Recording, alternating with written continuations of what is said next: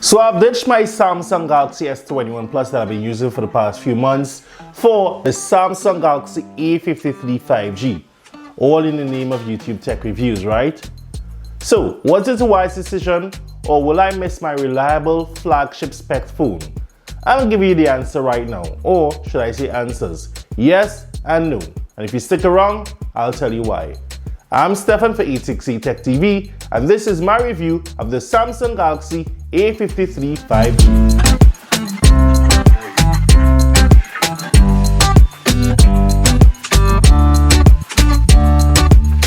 Coming from an all-glass premium device like the Galaxy S21 Plus, I genuinely was not disappointed with the build quality or design of the Galaxy A53 5G. This phone is solidly built with Gorilla Glass 5 protection on the front, and while it's plastic on the back and around the sides, it's not like it's gonna break the first time you drop it. I've had this thing in my pockets without a case or screen protector for over a month, and there's barely a scratch on it. Even after a few mishaps, it's still going strong. While it's not as heavy as Samsung's other flagship devices, it's certainly not light, weighing in at a respectable 189 grams. That's due in part to a bigger battery than they had in the previous A52 series. One thing that sets this phone apart from a lot of its competitors is its IP rating. The Galaxy A53 is IP67 certified. This means you can fully submerge your device in water and don't have to worry about it, and it does include dust protection. The plastic matte finish on the back is nice, and while I can't say that there won't be any fingerprints or scratches, it's quite easy to get rid of them with a gentle wipe using a soft cloth.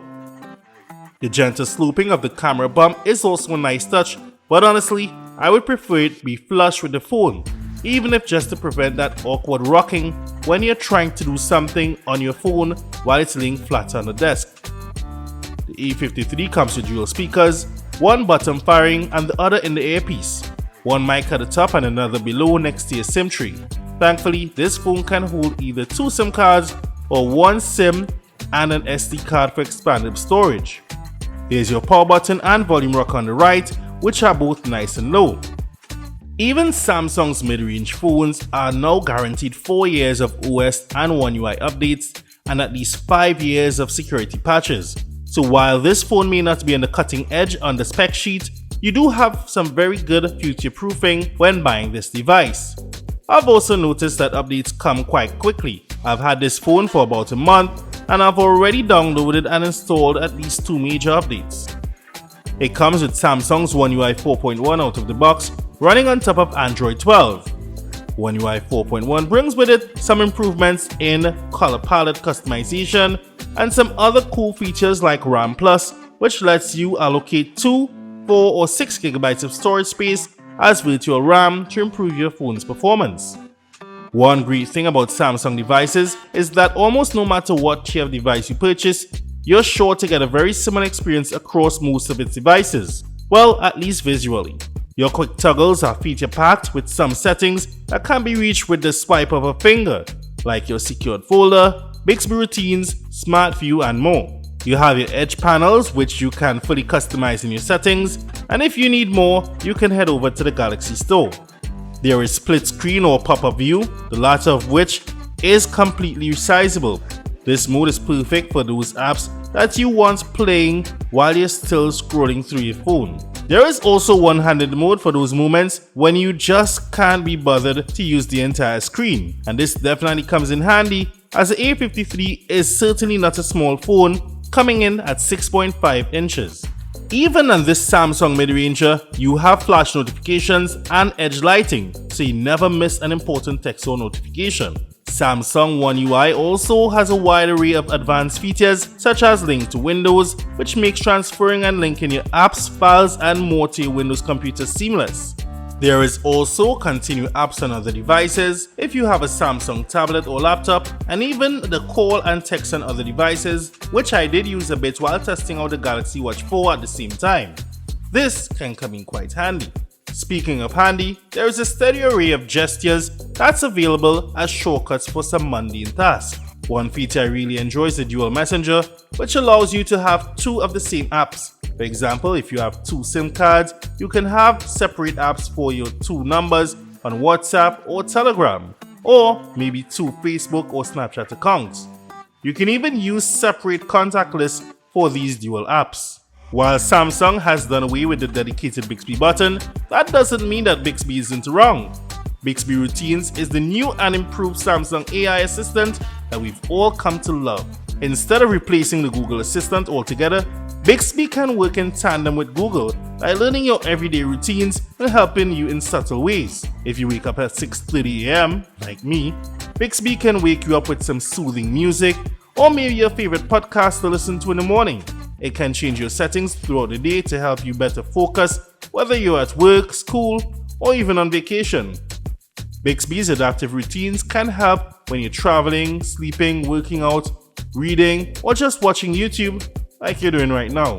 All in all, this once beloved AI has gotten not only smarter but more useful since its launch a few years ago. I won't go over every detail of Samsung's One UI 4.1 or Android 12, but as mentioned, you do get more customizations when choosing your color palette than the previous One UI version. And of course, you have tons of widgets to choose from to customize your phone just the way you like it. And if you're not feeling the wallpapers that Samsung gave you, you can find some more options in the Galaxy Store. And if you're feeling adventurous, you can simply change the entire theme of your phone. For those that are visually or hearing impaired, Samsung has you covered as usual with a wealth of features to improve your user experience. There are several visual and hearing aids that can be configured to your specific needs. While on the software sides of things, the A53 is good, it isn't perfect. There are several software features that are just not available at this price point, some of which I quite miss. Powering this mid-ranger is a Samsung-made Exynos 1280 chipset based on a 5nm processor and a Mali G68 GPU for gaming. It comes with 4, 6 or 8GB of RAM. If you can get the 8GB of RAM version, I would suggest you take it. You can never have too much RAM. The storage is 128 or 256GB.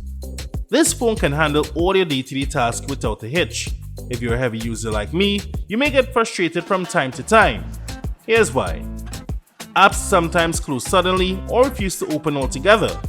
Sometimes I would have to clear all my apps, clear some RAM and give the phone a quick clean, courtesy the device care widget, and then it's back to Smoothville. Browsing Instagram, Facebook, TikTok and Twitter is fun, and that 120Hz refresh rate really smoothing things out when it's not sticking. Texting is one thing that definitely holds up, and I have not been let down when writing paragraphs of notes for this review itself on this phone.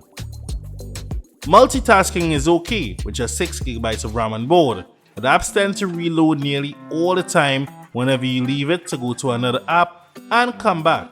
That's even with the RAM Plus feature enabled. For those mobile gamers out there, particularly those that are into Call of Duty Mobile, Asphalt and those titles, you should have absolutely no problems gaming on this device. It does heat up a bit during extensive hours of gaming, but that is expected for the price you're paying. But your games will run smoothly. What doesn't always run smoothly is the camera app. I would use a shortcut to get to the camera for an impromptu photo or video, and sometimes I would just completely miss the moment. In those instances, I miss my S21 Plus. This phone isn't perfect, and while it does perform day-to-day tasks without a hitch, well, most times, you will experience some stuttering, app closures, and general sluggishness at times. I was practically doing nothing on the phone when I got a message saying that my device was moving sluggish and I should restart it. Samsung always knocks it out the park with its knock security system. See what I did there? And that is also on board the Galaxy E53 5G. Your credit card info, passwords, and the likes are all well protected, so you should sleep well at night. There are 3 ways you can unlock your device. You can enter your pattern or PIN, Face ID, which works most of the time if the lighting is right, and the ever-reliable optical fingerprint sensor. Samsung has definitely nailed the mid-ranger on the display fingerprint reader, and I have absolutely no issues there. I wish the same could be said about the face unlock, but the less said about that, the better. At least there is an option to use it.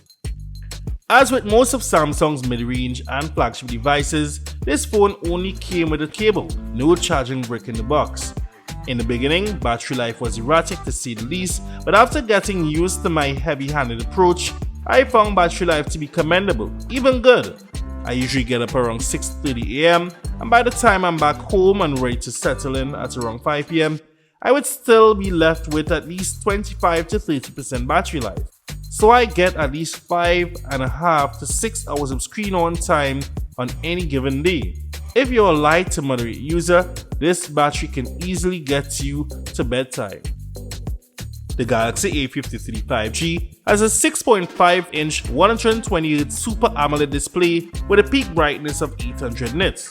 Well, at least that's what it says in the tin. As to be expected, with OLED technology, viewing angles are great. Colors are very accurate, and these can be set to your liking by choosing natural or vivid, the latter of which can be tweaked further in the display settings. You can choose between the high 120Hz refresh rate or 60Hz if you want to save some battery, but frankly, why would you want to do that? Scrolling and reading is excellent as usual with nearly all Samsung phones, and it's a joy to watch YouTube, Netflix, and just about any content. I found the adaptive brightness to be fairly accurate, but sometimes I would still have to manually adjust it to the perfect setting for me. Outdoor visibility is good, but not great. I mean, you get what you paid for is what I'm saying. Something that is often overlooked as well on mid-range and budget phones is the availability of an always-on display. This one, like most of the Samsung phones, is fully customizable and is one of, if not the best in the market, especially at this price range when you consider what the competition is offering. The beloved headphone jack us audiophiles love to listen to music, podcasts, or stream movies is now gone. Unlike its predecessor, the E52, Samsung has decided to abandon the headphone jack on the E53. We will see if that was a good idea, well, sooner or later.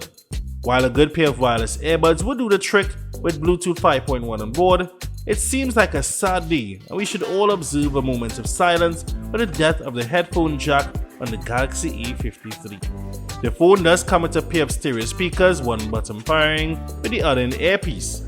With Dolby Atmos on board, these do get pretty loud, if not a bit thinny when turned all the way up. The highs are high and mids are good, but it's lacking the bass of the flagship siblings. You won't have any issues listening to music, watching content, or gaming. Samsung's camera setup and UI on their flagships are usually feature-packed, and the Samsung Galaxy A53 5G is no different. You have all the usual modes, along with some Samsung exclusives like Fun Mode, which works with Snapchat, and Single Take Mode. There is also Pro Photo and Pro Video Mode, which you don't see often on phones in this price range, along with some other usual camera modes. The Galaxy A53 features a quad camera setup on the rear of the phone, which includes a 64-megapixel wide-angle camera, an 8-megapixel ultra-wide, a 5-megapixel macro lens, and a 5-megapixel depth sensor. There is a 32-megapixel selfie shooter on the front. In daylight, photos from the 64-megapixel main camera are excellent.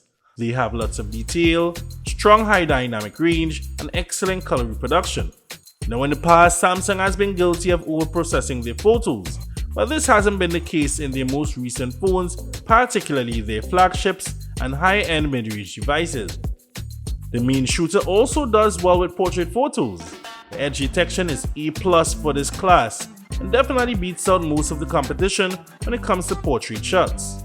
Those superb portrait photos are partly due to the 5-megapixel depth sensor, which definitely helps when creating various blur and other background effects with remarkable precision.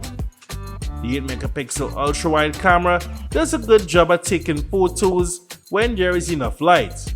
While it obviously lacks the great detail that the main camera has, it does very well with preserving colors. You will notice some distortion on the edges, but it does hold up well enough considering the lack of megapixels available on the lens. In low light, both the main and ultra-wide lens struggle when taking photos. Of course, because of the larger sensor, the 64-megapixel main camera generally does a better job at getting more details in the photo, while ultra-wide photos are barely usable. There is automatic night mode, but strangely enough, when night mode is turned on, while the flaring issues are toned down, the photos themselves tend to look even darker with night mode on rather than off. When it comes to the 32 megapixel selfie camera, the results are quite similar.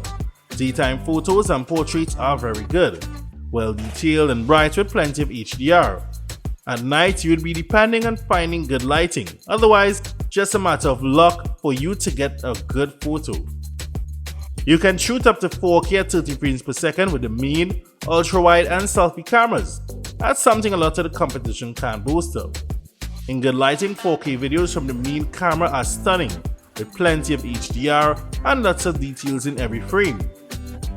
There is Samsung Super Steady mode to smoothen out those jerky videos, but this can only be done at 1080p. The ultra-wide does a decent job as well, but the lack of detail is quite noticeable. 4K videos in low light are almost unusable. Switching to 1080p will get you some improvements in the actual brightness of the video and level of detail. There is actually less artifacting when shooting in Full HD when compared to 4K, so my suggestion would be to do all your low light videos at 1080p. I won't recommend you even try 4K with the ultra-wide or even at 1080p. It's just a waste of space and time. Selfie camera takes excellent videos in the day, though dynamic range seems to be a bit hit or miss, especially when there is too much light in the background. It also suffers from some of the same effects as the main and ultra-wide cameras when shooting videos in low light and in the night.